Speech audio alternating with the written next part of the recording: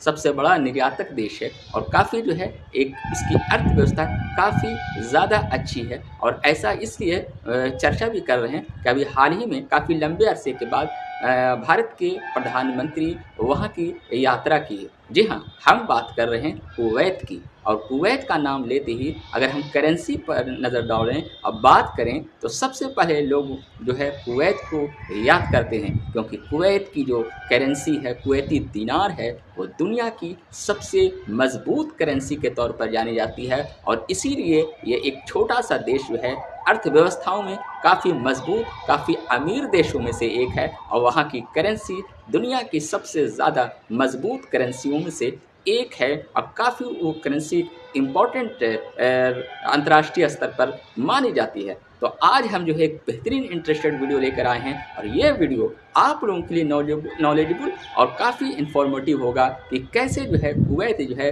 दुनिया के अमीर देशों में से एक है, कैसे जो है कुवैत जो है अर्थव्यवस्थाओं में सबसे मजबूत है, और क्यों जो है कुवैत की करेंसी दुनिया की सबसे मजबूत करेंसी मानी जाती है, और कैसे कुवैत की करेंसी इतनी मजबूत हुई। तो एक बेहद ही इंटरेस्टेड वीडियो है, इसे एंड तक ज़रूर देखिएगा। दरअसल जो है कुवैत की करेंसी जो है अंतर्राष्ट्रीय स्तर पर ये जो है सबसे वैल्यूबल करेंसी के तौर पर मानी जाती है। यानी कि किसी भी अंतर्राष्ट्रीय स्तर पर करेंसी का जो वैल्यू होता है, निर्धारण जो किया जाता है, वो उतार चढ़ाव होता है, फिक्स उसका तो नहीं होता है। लेकिन अमूमन अगर जनरली देखा जाए तो फ़िलहाल अभी जो है एक कुवैती दीनार जो है इंडिया के 276 रुपये कुछ पैसे के तौर पर है, और ये कम बेशी होता रहता है। तो इसी से अंदाज़ा लगा सकते हैं कि एक कुवैती दिनार अगर किसी के पास है तो 275-76 रुपये तक उसका वो मिल जाएगा इंडियन रुपीज़ के हिसाब से। और 2 पॉइंट कुछ ऐसे करके डॉलर है, लेकिन ये बदलते रहता है। कहने का मतलब है कि दुनिया की करेंसी पर अगर लोग नज़र डालते हैं तो सबसे पहले मजबूत करेंसी, सबसे ज़्यादा पैसे वाली करेंसी, अवेलेबल करेंसी के तौर पर कुवैत का नाम पहले आता है। आखिर क्या वजह है कि कुवैत की करेंसी सबसे मजबूत करेंसी है, और कैसे करेंसी वहाँ की सबसे मजबूत हुई, तो इन तमाम पहलुओं पर हम जानने की कोशिश करेंगे, उसके इतिहास को कुछ खंगालने की कोशिश करेंगे, और जानेंगे कि कैसे एक छोटा सा देश ने अपनी करेंसी को इतना मजबूत बनाया। दरअसल जो है सबसे पहले ये है कि कुवैत में जो है तेल का सबसे बड़ा देश में से एक है। यानी प्रोडक्शन जो है, उत्पादन के हिसाब से कुवैत जो है सबसे ज़्यादा तेलों में से एक कंट्री माना जाता है, और निर्यातक के तौर पर भी एक बड़ा देश के तौर पर है। यानी कि जो उसका तेल है, वो तेल का वो व्यापार बहुत ही अच्छे ढंग से अंतर्राष्ट्रीय स्तर पर एक बड़े निर्यातक देश के तौर पर है। और वहाँ के तेल का जो है अंतर्राष्ट्रीय स्तर पर बहुत ज़्यादा डिमांड है, जिसके वजह से उसकी करेंसी जो है वो मजबूत है, और काफ़ी अमीर कंट्रियों में से एक है। तेल और खनिज के अलावा कई प्राकृतिक संसाधन वहाँ हैं, और स्पेशली जो है इस वजह से जो है वहाँ की अर्थव्यवस्था जो है काफ़ी मजबूत के तौर पर है।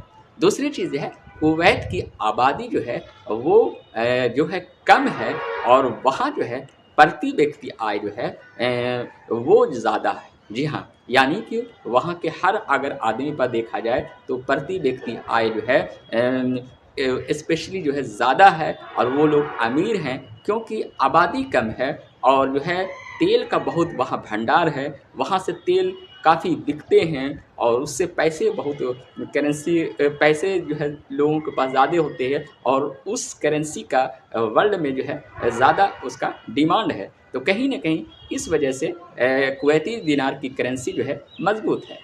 तीसरी चीज़ जो है सबसे बड़ी जो चीज़ है वो ये है कि वहाँ जो है स्पेशली अगर हम देखें तो जो वहाँ का जो इन्वेस्टमेंट अथॉरिटी सिस्टम है वो भी गवर्नमेंट के द्वारा काफ़ी ज़्यादा सुधार हुए हैं, और काफ़ी मजबूत तौर के पर जाने जाते हैं। तो इस वजह से जो है इन्वेस्ट अथॉरिटी मतलब इन्वेस्ट कराने की जो प्रक्रिया है उसका मैनेजमेंट सिस्टम जो है वहाँ बहुत ज़्यादा है। साथ ही जो है कुवैत की जो गवर्नमेंट है वहाँ स्पेशली जो है इन्वेस्ट और इकोनॉमिकल पॉलिसी पर बहुत ज़्यादा ध्यान देती है और उसकी अर्थव्यवस्था उससे मजबूत है।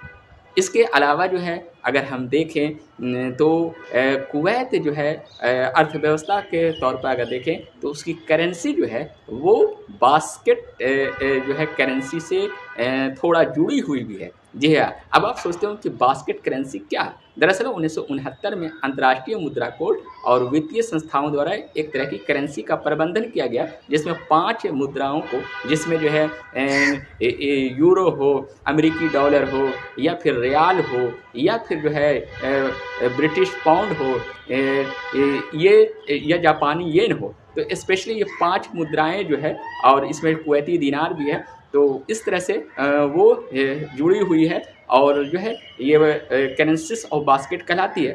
तो स्पेशली जो अगर हम देखें तो जो कुवैती दिनार है जो वहाँ की गवर्नमेंट है वो बास्केट करेंसी से आंशिक रूप से स्पेशली डॉलर से जुड़ी हुई है। जी हाँ, क्योंकि डॉलर जो है सबसे ज़्यादा प्रचलित है। अब पूरे दुनिया में सबसे ज़्यादा जो है डॉलर का ही इम्पोर्टेंस इस बात से होता है कि जहाँ भी कई भी देशों में, दुनिया के अधिकांश देशों में जो व्यापार होते हैं वो डॉलर के हिसाब से होते हैं। तो उस डॉलर से ये जो है इसकी करेंसी जुड़ी हुई है।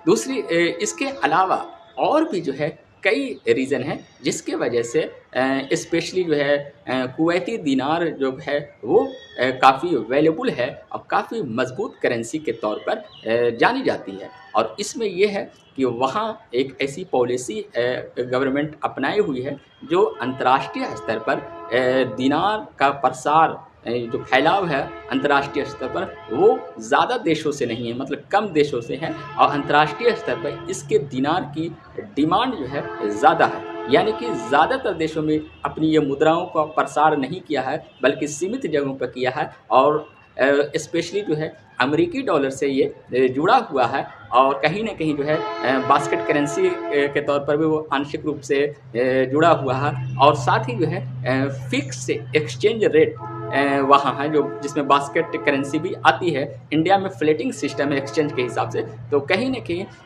एक देखा जाए तो वहाँ जो है ज़्यादा से ज़्यादा तेल है, अपनी करेंसी को वो ज़्यादा प्रसारित नहीं की है और अगर वो ज़्यादा जुड़ा हुआ भी है तो डॉलर से जुड़ा हुआ है और उसकी उस दिनार की डिमांड भी बहुत ज़्यादा है। और सबसे बेनिफिशियल फ़ायदा उसको ये है कि वहाँ की आबादी कम है और वहाँ की सरकार जो है वो स्पेशली जो है इकोनॉमिकल स्तर पर बहुत ज़्यादा सुधार किए हुए है। बड़े बड़े जो है जो इन्वेस्ट अथॉरिटी जो वहाँ की बनाई गई है उसमें सुधार किए गई है। तो धीरे धीरे कुवैत में जब इन तमाम चीज़ों का सुधार होने लगा और तब जो है कुवैती दिनार और मजबूत होने लगी और इसका जो है वैल्यू भी ज़्यादा होने लगा। अंतर्राष्ट्रीय स्तर पर इस करेंसी को मजबूत करेंसी के तौर पर जाना जाता है। तो ये तमाम ऐसे रीज़न है जिसके वजह से हम कह सकते हैं कि कुवैती दिनार जो है दुनिया की जो मजबूत करेंसी है उनमें से एक है। और इसके अलावा एक चीज़ और भी है। जी हाँ, एक चीज़ ये है कि वहाँ जो है जो पॉलिटिकल जो स्पेशली जो पॉलिसी है अंतर्राष्ट्रीय स्तर पर वो अभी जो है आसपास के जो देश जो बिजनेस करते हैं स्पेशली तेलों का व्यापार होता है या फिर देश के जो बड़े बड़े अच्छे अच्छे देश हैं तो क्षेत्रीय संबंध भी कुवैत की सरकार ने अच्छा संबंध बनाए हुई है। और कहीं न कहीं अभी पिछले कुछ सालों से अगर देखा जाए तो राजनीतिक रूप से वहाँ स्थिरता भी बनी हुई है। जी हाँ, ये भी देखा गया है कि अगर किसी देश में ज़्यादा उथल-पुथल हो जाएगा, राजनीतिक अस्थिरता हो जाएगी, तमाम तरह के अंदर में कई तरह के उतार-चढ़ाव होंगे तो उसका असर जो है इकोनॉमिक्स पर ज़रूर पड़ता है, उसका अर्थव्यवस्था पर पड़ता है और उसकी करेंसी पर पड़ती है। तो कहीं न कहीं जो है अभी जो है फ़िलहाल जो है कुछ सालों से अगर देखा जाए तो कहीं न कहीं जो है कुवैत की गवर्नमेंट जो है इकोनॉमिकल पॉलिसी पर बहुत ज़्यादा ध्यान दिया। वहाँ जो है राजनीतिक स्थिरता बनाए रखने की कोशिश की गई है और ये तमाम ऐसे पहलू हैं, ये तमाम ऐसे चीज़ है जिसकी वजह से हम कह सकते हैं कि जो है कुवैती दिनार जो है वो दुनिया की सबसे मजबूत करेंसियों में से एक है और उसमें जो है सबसे बड़ा इम्पोर्टेंट रोल करता है कि वहाँ जो है तेल का जो उत्पादन है, प्रोडक्शन वो काफ़ी ज़्यादा है और काफ़ी ज़्यादा वो निर्यात भी करता है, आबादी कम है, लोगों की प्रति व्यक्ति आय ज़्यादा है और राजनीतिक स्थिरता भी बनाए रखने की कोशिश वहाँ होती है, क्षेत्रीय संबंध अच्छे हैं। इन तमाम पहलुओं की वजह से हम कह सकते हैं कि कुवैती दीनार की करेंसी दुनिया की सबसे मजबूत करेंसियों में से एक है। शुक्रिया।